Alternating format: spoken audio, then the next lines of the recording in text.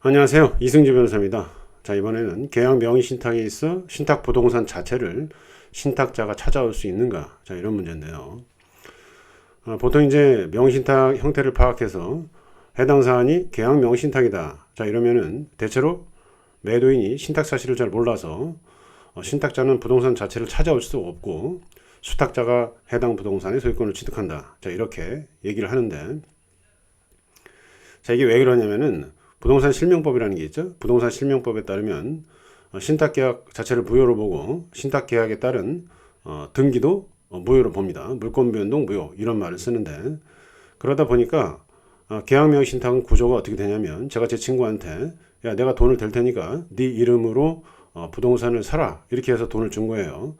제 친구가, 제가 계약자로 나서는 게 아니라 제 친구가 아예 매수인으로 나섭니다. 저는 숨어 있죠. 그러다 보니까 매도인은 명의신탁 사실을 거의 모르죠. 그러고 나서 소유권은 수탁자가 취득하는 거예요. 매도인 선의 계약 명의신탁은 부동산 실명법에서 예외적으로 물권 변동은 유효로 보기 때문에 등기가 제 친구로 넘어가게 되면 제가 돈을 제공했다고 하더라도 제 친구가 소유권을 취득하고, 저는 어떻게 합니까? 제가 친구에게 제공한 매수 자금만을 부당이득 반환 청구 형식으로 찾아올 수 있다는 거예요. 제가 아파트 사는데 뭐 5억을 투자를 했다. 저는 아파트가 10억이 되면 그 10억의 가치를 그대로 갖고 싶을 거 아닙니까? 10억을 받든가 아니면 부동산 자체를 받고 싶을 텐데 그게 안 된다는 거죠. 제가 제공한 5억만 제 친구한테 반환 청구를 하고, 제 친구는 그냥 10억이 되면 5억이나 뻥튀기 된 그 부동산의 소유권을 취득하는 엄청난 유리한 상황이 되죠. 자, 그런데 이런 계약명 신탁 사례, 어떻게 보면 이제 매수 자금만 신탁자가 청구할 수 있다 보니까 억울하죠. 그래서 부동산 자체를 찾아오면 제가 5억을 투자했지만 현재 10억이란 말이에요. 훨씬 이익이 되기 때문에 부동산 자체를 신탁자가 찾아오는 방법이 없는지 많이 문의를 하시고, 거기에 대한 오늘 얘기를 하는 겁니다. 일단은 부동산 실명법이 아마 시행일이 1995년 7월 1일인가 그렇습니다. 1995년 7월 1일부터는 지금 말씀드린 대로 제 이론이 100% 맞고요.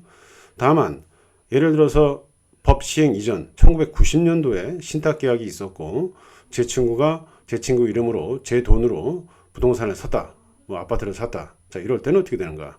자, 이런 경우에는 부동산 자체를 찾아올 수 있다고 합니다. 제가 5억을 투자해가지고 현재 10억이라면 부동산 자체를 찾아올 수 있다는 거죠. 자, 이거는 왜 이렇게 될까요?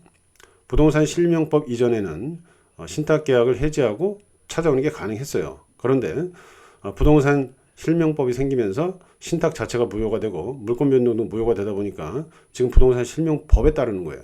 과거에는 부동산 실명법이라는 게 없었고 신탁 이론이라는 게 있었는데 대내적 소유권, 대외적 소유권 이렇게 나눠가지고 신탁 해지를 원인으로 소유권 이전 등구 청구 소송이라든가 이런 걸 통해서 신탁자가 부동산을 찾아올 수 있는 기회가 있었습니다. 지금은 안 되는 거죠. 어쨌든 간에 그렇다면 지금도 그런 사례가 굉장히 많아요. 부동산 실명법 이전에 신탁행위가 있었고 등기가 된 경우에, 자, 이런 경우에는 부동산 자체를 찾아올 수 있습니다. 자, 신탁자가 부동산 자체를 찾아오는 거죠. 예외적인 거죠. 그렇지만 지금 어때요? 1995년으로부터 벌써 신탁이 1990년도 있었다면 벌써 30년이 넘었죠. 시효 문제가 발생하는 거죠. 시효. 자, 부동산 자체를 찾아올 수 있다. 이때의 근거는 부당이득 반환 청구권이에요. 부동산 실명법 이후에는 부당이득 반환 청구, 돈을 부당이득 청구하는 거죠. 제가 투자한 5억.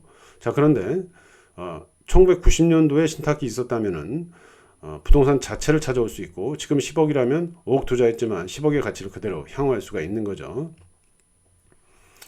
자, 이런 문제가 있는데 부동산 자체를 신탁자가 찾아올 수 있다고 했죠. 1995년 7월 1일 이전에 신탁 행위가 있었다면, 자, 이 경우에 30년이 지났기 때문에 그 부당이득 반환 청구권, 부동산 자체를 부당이득 반환 청구할 수 있다는데 그 부당이득 반환 청구권이 시효에 걸립니다. 10년 동안.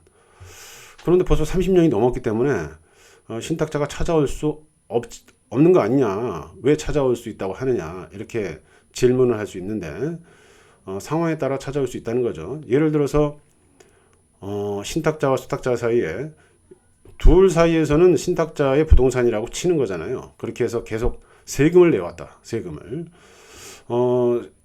어쨌든 부동산세 뭐 이런 것들은, 재산세 같은 경우는 수탁자한테 계속 나왔겠죠. 제 친구한테. 근데 친구가 저한테 연락을 해가지고, 야, 세금 나왔어. 세금 좀 내줘. 제가 계속적으로 세금을 냈어요. 자, 이런 경우에는 채무 승인이라고 합니다. 채무 승인. 자, 채무 승인이 되면서 시효가 시작을 안 하는 거죠. 계속적으로. 뒤로 밀리는 거죠. 시효 시작점이. 그러다 보니까 30년이 됐어도 제가 세금을 계속적으로 신탁자가 내왔다면 시효로 소멸하지 않는다는 거예요. 따라서 신탁자가 부동산 자체를 찾아올 수 있다. 이렇게 되는 거죠. 정리하자면 계약명의신탁 사례인데 1995년 7월 1일부터 부동산 실명법이 시행이 됐는데요.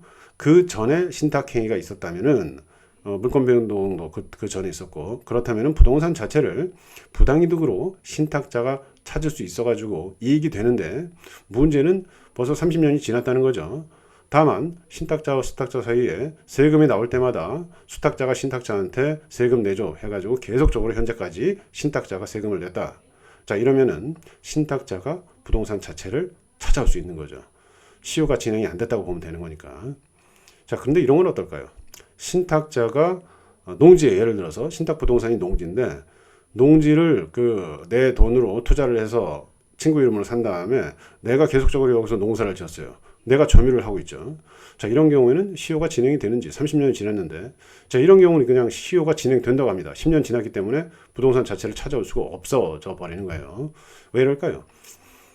부동산 매수한 경우에 매도인에 대한 소유권 이전 등의 청구권은, 그것도 10년에 걸리는데, 10년에 걸리긴 하지만 시효에 계속적으로 매수인이 점유한 경우에는 시효가 진행되지 않는다고 하거든요.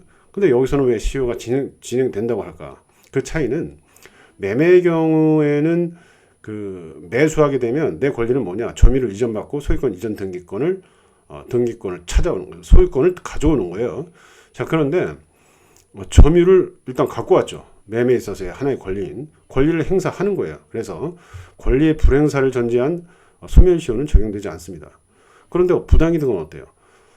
부동산 자체를 부당이득 청구하는 경우에, 자, 이 경우에는 점유를 이전받는 게 부당이득 채권의 권리 행사로 보기가 좀 어렵습니다. 좀 달라요. 따라서 신탁자가 예외적으로 부동산 자체를 부당이득 청구하는 경우에, 이 경우에 신탁자가 해당 부동산을 점유하고 있더라도 소멸시효는 진행이 된다.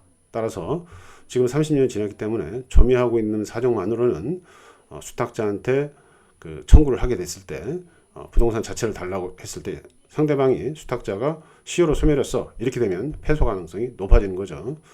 아까 근데 말씀드린 것처럼 30년 지났지만 신탁자가 계속적으로 수탁자의 요구에 따라서 부동산에 대한 세금을 냈다면은 신탁자는 부동산 자체를 찾아올 여지가 있게 됩니다.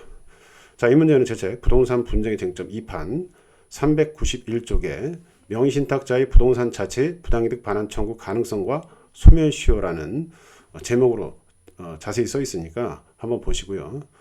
자, 오늘 여기까지 하겠습니다. 감사합니다.